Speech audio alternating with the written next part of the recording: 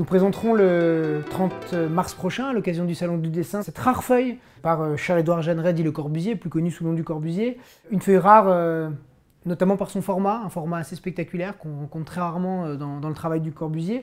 Une œuvre haute en couleurs, avec des réminiscences bien sûr de cubisme, la série du taureau, très connue du Corbusier, d'une technique tout à fait familière au Corbusier, des collages, des papiers qui sont gouachés, des traits d'encre, des traits de crayon, un côté très artisanal dans cette manière de poser les éléments. Une œuvre qu'il est difficile de situer de par sa destination, on ne sait pas réellement si c'est une œuvre qu'il a voulu aboutir comme ça, est-ce que c'est préparatoire peut-être à une fresque ou une tapisserie?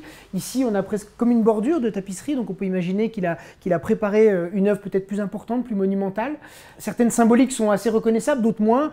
La thématique du taureau, comme on le disait tout à l'heure, qu'on retrouve assez régulièrement, mais aussi ici, tout un ensemble qui vient nous ramener aux éléments. Ici, on a le végétal avec cette feuille, on a le monde marin avec ce coquillage, le minéral avec ce caillou, et puis l'humain avec cette main qui est un élément assez courant et très représentatif du travail du Corbusier, hein, la fameuse main de Chandigarh, qu'on présentera également dans cette vente. Les œuvres de cette période sont des œuvres assez recherchées.